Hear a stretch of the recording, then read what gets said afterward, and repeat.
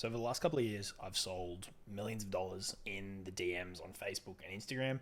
And in turn, I've helped my clients sell millions and millions more.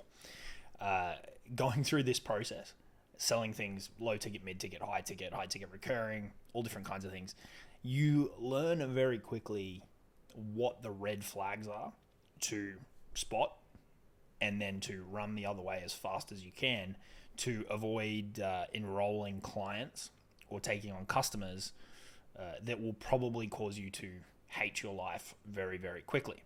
So what I want to talk about in this one is if you are selling on social media or you're using the DMs to book calls to sell stuff on the phone, I want to walk you through 7 big, dirty, stinking red flags that you should spot. And if you see them, I encourage you strongly to stop, think about what you're doing, and genuinely question if the money is worth it. I get it. It's tempting when someone's offering to throw 5, 10, 15, 20, 30, 40, $50,000 at you for coaching, consulting, whatever. But you got to put a price on your sanity. Okay? You got to put a price on your sanity. So with that all said, let's dive into these 7 big red flags. All right. Number 1, urgency. Okay. Look out for phrases like this. Can we have our kickoff call today? I need this to work fast. Okay. Any variation like this, I'm out. I'm done. See you later. Okay. Urgency and excitement and a readiness to get moving in isolation isn't a bad thing. But neediness, desperation, unrealistic expectations that this thing can happen overnight is a big problem, right? I'm not a superhero. I'm nobody's lifesaver. I help them with their business. Okay. I don't want to be any of those things. If stuff like this pops up and you don't pay attention to it, or you do pay attention to it and you notice it and you avoid it, there's stress coming your way. And without sounding like a dick, you probably deserve it, because this is so glaringly obvious that you're about to walk into a bin fire that it kind of is what it is. All right. But pay attention to that at first. There's a distinction here between positive urgency and negative urgency. Positive urgency is they're just really excited to get started. They really want to work with you. They're ready to jump in, implement, take action, blah, blah, blah. Negative urgency is stuff like this, where it's like, can we start yesterday because I need to pay my rent tomorrow. I need to pay my staff tomorrow. And I'm expecting on this call, you're going to fix all my problems if I pay you insert dollar amount. Okay. So look out for negative, desperate, needy urgency. Okay. You want to avoid that. All right. Number 2, responsibility. This is a big one. This is a really cool little trick. If through your conversation, it comes out that they've been stuck where they are for a while, because if you're selling coaching or consulting, that someone wants to go from here to here. If they've been here for a while, ask them why they think they've been stuck. Okay. Why do they think they've been stuck? Especially pertinent if they've been through a bunch of programs, they've paid a bunch of other coaches, consultants, mentors, or whatever. Ask them why they think they've been stuck and pay very, very close attention to the answer. If they've been through all these programs, they've worked with all these other people, one-to-one, groups, whatever, and they blame the programs, the coaches, the mentors, run. You will be next. There's every chance, let's say they've bought 10 programs. There's every chance that a couple of them, it's 80-20 it, let's say 2, maybe 3, weren't great. I accept that. I believe that. But if they've been through 5, 10 programs trying to solve this one thing and it hasn't worked, now they're coming to you and they can't raise their hand and go, look, it's probably me, there's a problem. And it's them. Because they're the constant in all of those situations. Either their mindset's not where it needs to be, they haven't been prepared to do the work, they aren't coachable, and they don't listen, they've got a giant ego, any combination of those couple of things, could be others. But if their default answer is to deflect externally and to blame other people, I highly, highly encourage you to run the other way, because you will be next on the list. Okay? Question is the money worth it to you? All right? But I would pay attention to if they're willing to take responsibility for why they are stuck. So ask them that. Great question to ask. You could also ask it on the phone, and equally pay attention to the answer. Okay? Number 3, communication. Right? Now, look, I'm going to give a little bit of room here for language barriers, cultural differences, etc., etc. But couple of words to pay attention to in how they communicate with you. Easier to pick up on the phone.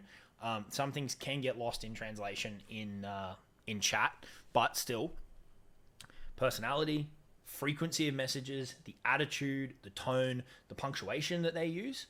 Okay, if you're aggressively messaging me, you're really short, you're really blunt, you're really rude, you're bombing my message, my inbox with like question marks and exclamation marks, and we haven't even started yet, all I'm thinking is, holy fuck, if this is what it's like now, what is life going to be like after you pay me? It ain't getting better. I can promise you that. It's going to get worse. Right? Because these people who have this attitude, who have this ego, who have this arrogance, who have these, if I pay you, I own you, that's how they genuinely think. Right? That's how they genuinely think. These are the people that are very unlikely to respect boundaries, are going to barrel group calls with their own stuff over everybody else, and just generally bring a fucking toxic dynamic to any group. Okay? So I have a blanket rule. Any of this shit, but done out. Okay? The undertone, as I said, they think they're buying you, literally. So pay attention to that communication. If you're like, that's just them and it might get better later, it won't. I can promise you from experience, selling millions doing this stuff, it will not get better. It will get worse. Okay? So pay attention to that. Being polite is free. I'll end on that point for that one. Number 4, what are their goals? Okay? Let's say they come to you and they're like, hey, I made $5,000 last month and I want to hit 100K a month in 60 days. Now, look, that may be possible, right? Let's say they've got a solid offer, they got a strong brand, they got cash, and they're willing to pump it into ads. You could blow it up, right? Let's say it's a 5K offer, you could drop 20 in a month, right? That is possible, but I'm not putting my nuts on the line to do that, right? That's not what I do, right? 2,000% growth in 60 days is big. Are their goals realistic? Are their goals aligned to what they've achieved previously? Like, have they demonstrated that they've got the chops to be able to do this, or are they just some crazy wishful thinker that is gonna roll in with this crazy goal and insanely high expectations and is gonna lose it if they don't hit it, right? Refund, blah blah blah blah blah blah blah blah blah. Okay, make sure the goals are realistic. Make sure they're achievable. Make sure you can actually help them. Again, if someone tells you, hey, I want to do this in this period of time, and you've got no fucking idea how to do that, and you know that that's a crazy thing, and you sell them anyway, you're opening yourself up to the chaos. Okay, so pay attention to their goals. All right. Number 5, negotiating. We've all had this person or persons in our DMs. They want our old prices. Oh, I know you increased your price like 6 weeks ago, but can you hook me up? No. Hey, I know the offer includes 3 calls, but I'll join today if you can give me 5. No. Right?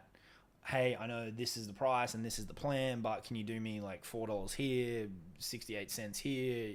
No. Right? There are some caveats around payment plans depending on your relationship with the individual. Topic for another day. But what's happening here is people want special treatment. And if you set the tone of that in the conversion process, you're opening yourself up to them wanting special treatment and expecting special treatment on the other side, right? Without taking this too far off topic, a lot of this business is about control. Marketing is about control. Sales is about control. And client delivery in a consulting business, coaching business, is about control. Not control or manipulation for the negative, but about maintaining control so that things don't become chaos. Okay? Control flows into all three of those phases. If you relinquish control in the sales process by giving people aggressively special treatment, you are saying, I'm happy to give that up in the other phases as well. Okay? Typically, when people talk about setting boundaries, blah, blah, blah, blah, blah, they think that it only applies to the delivery, and that is a part of it, but it starts from day one in the marketing. Okay? These people will typically carry some kind of ego. They'll want all of your attention. They'll want to reply 3 minutes ago, etc., etc. So look out for people who are negotiating, and I would highly, highly encourage you to hold firm on your position. You've set those rules, you've set those boundaries, you've set those deliverables, you've set those prices, you've set those structures for a reason. Hold strong. Okay? Hold strong. If they want more, charge them more. Give them a different package, right? But make sure that it is crystal clear what's included, what's not included. And I would be wary of the ascension here because they've got this negotiating mentality. But at the very least, if you are going to close them and you want the money, make sure that you're getting paid accordingly. Okay? Number 6, we're ripping through these. Questions. All right? Questions are fine. People asking questions are fine, especially if they're investing high ticket. That's okay. They need to understand. It's for both parties. They need to understand what they're getting into, and you need to make sure they understand what they're getting into. So again, you're not opening yourself up to a shit show on the other side. Okay, but hyper detailed ones are not okay, and the chances that they convert are significantly lower anyway because their brain's in the wrong place. Right, they're too detail oriented. They're wanting the answers through the conversation, not the outcome through the program. Okay. I've had ones that are like, oh, what can you walk me through? You mentioned this strategy on this sales page. Can you walk me through what that kind of is about? Right? It's like, no, that's like why you buy the program, and that's why you get inside. Okay, so hyper detailed ones about the intricacies of the program.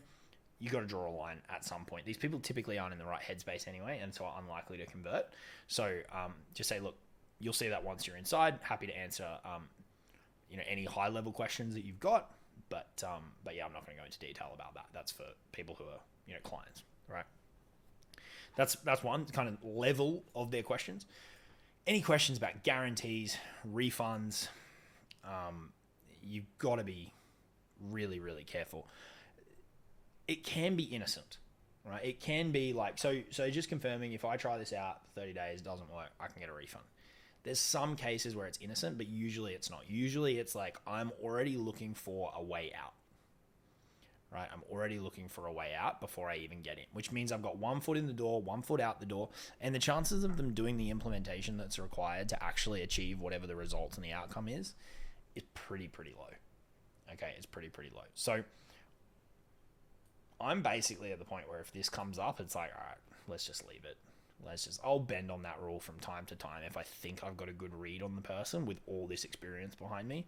But even still, it's very rare that this doesn't hold true. Okay. Or questions about, like, this is an obvious one, questions about defaulting on payment plans. It's like, oh, okay, what if I start on that payment plan, but I can't make my next payment? They're planning to not make the next payment. They're going to come in, they're going to squeeze you, and they're going to default, and they're going to bail. Right? And they maybe even charge back on the first one on the way out. So just pay attention to these types of questions and think, what are they really asking here? And should we just call it a no? Right? No's are great. No's are amazing. No's don't waste people's time. No's don't cause anxiety and heartache and potential brand damage from selling to the wrong people, all this kind of stuff. Okay? Finally, number 7, ethics.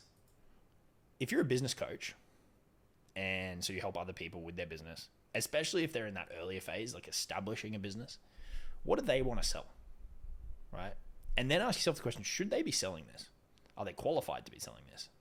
And I would encourage you not to support the shenanigans. If someone comes to you and they're like, hey, I want to help people to scale their e-com stores to $100,000 or more per month, I would then go, okay, And what is your experience with e-com stores? And if they go, nothing, I went through a course once, tried my own and couldn't make it happen, so I'm going to coach them on it, I'm probably not going to take them on as a client because they haven't got it.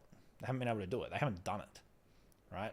There should be a clear path to how they got where they are that's substantiated by experience, results, case studies, testimonials, etc., etc., etc. Right? I'll give you guys a quick example from my journey. I started out as an affiliate marketer, won a bunch of awards. That naturally built up a ton of demand. Off the back of that, I launched a program in that space, which went on to make $1 million in the first 13, 14 months. Off the back of that, a bunch of people were reaching out and they're like, hey, dude, this is like your first course. How have you made $1 million in the first 13, 14 months? Can you help me? Naturally led to me helping people with their own information offers, etc., etc., etc., which has then evolved into kind of the business that I've got now. But you can see one thing substantiates the next, and so on and so forth. Okay, the issue with these people is not only are they going to want, from a business coaching perspective, want help with selling and marketing, they're going to need help like getting their clients results and learning to do the fucking thing that they coach on. Nightmare, run, don't touch it. Okay. There's probably a lot more, but there's some big ones. The other thing I'd just overlay with all this is follow your gut. If you're talking to somebody, be it in the DMs or on the phone, and you're just like, there's something off here. The money would be nice. That 10K PIF would be great, but fuck, there's something I just can't put my finger on. Follow your gut. Follow your intuition. It will serve you very, very well. It can pick up on stuff that maybe we can't immediately see on the surface, and there's a reason that it's sending you that message from within. So listen to it. Okay, appreciate you hanging out with me in this video. I got a bunch of other videos on my channel about selling in the DMs, about how we sell high ticket without sales calls for coaches, consultants, course creators, etc., etc. So you're welcome to go check those out. But pay attention to these, follow them, and they'll serve you pretty well. I'll talk to you on the next one. Cheers.